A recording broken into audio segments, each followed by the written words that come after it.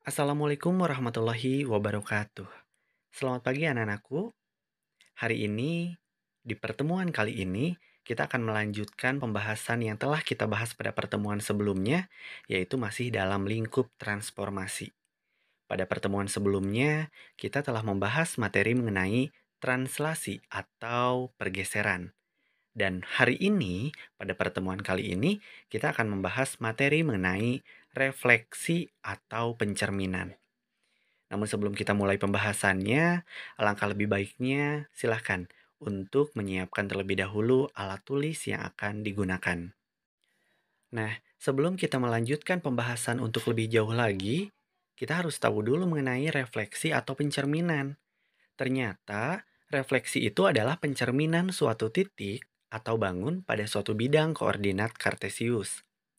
Nah, di dalam refleksi juga ternyata sifatnya itu satu, bayangan suatu titik atau bangun yang dicerminkan memiliki bentuk dan ukuran yang sama dengan aslinya.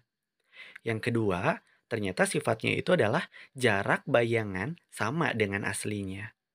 Dan yang terakhir, posisi bayangan dengan aslinya itu saling berhadapan.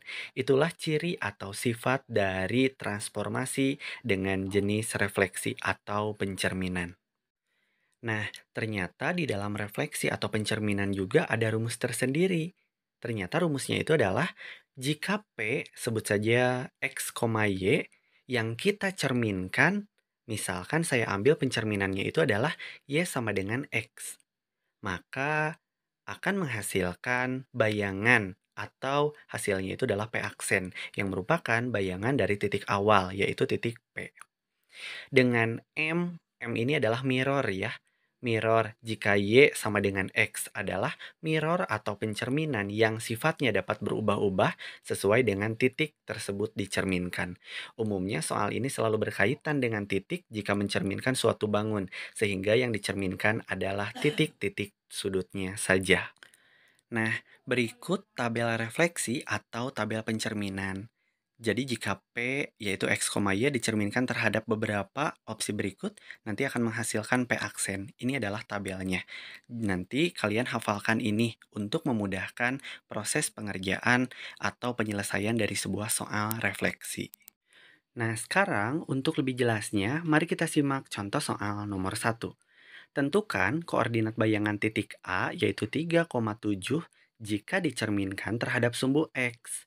Ternyata jawabannya adalah A 3,7 kita refleksi terhadap sumbu X, yaitu sumbu X itu tadi berdasarkan tabel refleksi adalah X, negatif Y, maka jawabannya adalah A aksen adalah 3, negatif 7. Jadi kita hanya merubah Y menjadi negatif Y saja. Nah, sekarang kita bahas untuk soal nomor 2. Tentukan koordinat bayangan titik A 2,5 jika dicerminkan terhadap sumbu Y. Berdasarkan tabel refleksi tadi, ternyata sumbu Y itu rumusnya adalah negatif X, Y. Berarti 2 ini yang merupakan X, kita ubah menjadi negatif X, berarti negatif 2. Dan 5 yang merupakan Y tetap. Sehingga jawabannya adalah A aksen yang merupakan bayangan dari titik A adalah negatif 2,5. Nah, sekarang untuk contoh soal yang ketiga. Tentukan koordinat bayangan titik A yaitu negatif 7,2 jika dicerminkan terhadap garis Y sama dengan X.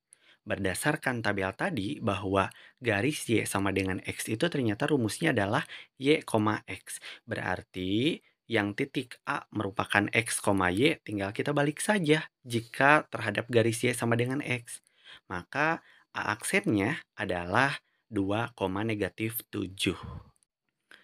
Nah, untuk selanjutnya, untuk contoh yang keempat, tentukan koordinat bayangan titik A negatif 5, negatif 3 jika dicerminkan terhadap garis Y sama dengan negatif X. Maka berdasarkan tabel refleksi tadi bahwa rumusnya untuk garis Y sama dengan negatif X adalah negatif Y, negatif X. Sehingga yang X, Y kita rubah menjadi negatif Y, negatif X. Berarti X-nya adalah negatif 5 dirubah menjadi negatif X adalah 5. Y-nya negatif 3 dirubah menjadi negatif Y menjadi negatif 3 maka menjadi 3, sehingga A aksen atau bayangannya adalah 3,5. Jadi ini hanya dibalik saja ya, kemudian negatifnya dihilangkan. Nah, sekarang kita masuk ke contoh soal yang kelima. Hasil pencerminan titik B oleh sumbu X adalah B aksen 4,10. Tentukan koordinat titik B. Maka alternatif penyelesaiannya adalah kita tahu bahwa titik awal itu selalu X, Y. Berarti kita tulis B adalah X, Y. Dan kita cerminkan akan menghasilkan B aksen. Dan B aksen itu jika terhadap sumbu X, rumusnya itu adalah X, min Y. Berarti B aksennya adalah 4,10 sehingga X-nya 4, Y-nya adalah negatif 10. Jadi koordinat titik B adalah 4, negatif 10. Nah, sekarang untuk yang nomor 6. Jika pencerminan titik C adalah 2, negatif 9, maka menghasilkan C aksen adalah 9, min 2. Pencerminan terhadap apakah yang dilakukan oleh titik C? Maka alternatif penyelesaiannya adalah C itu kan 2, min 9. Menghasilkan C aksen adalah 9, negatif 2. Berarti bagaimana bisa dari C dicerminkan menjadi C aksen? Maka C itu kan X, Y. Ternyata menjadi C aksen itu berubah menjadi negatif Y, negatif X. Sehingga C aksen tersebut ketika kita lihat dalam tabel refleksi tadi, titik C menjadi C aksen menggunakan pencerminan terhadap garis Y sama dengan negatif X. Nah, sekarang untuk soal nomor 7.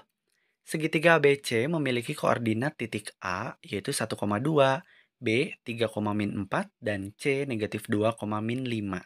Dicerminkan terhadap garis Y sama dengan X.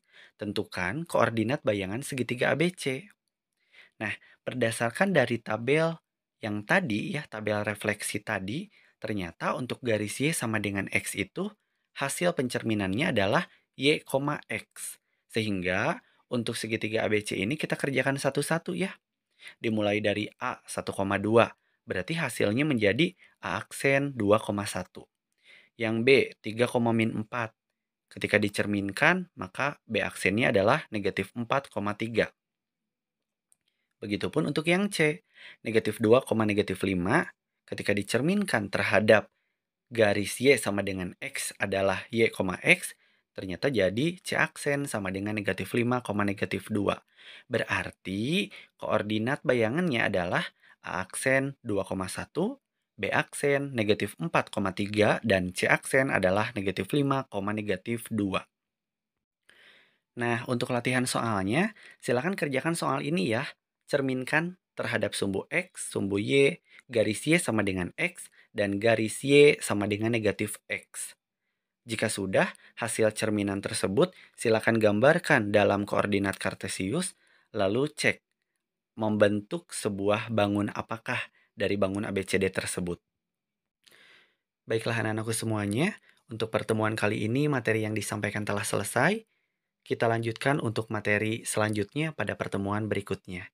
Terima kasih. Assalamualaikum warahmatullahi wabarakatuh.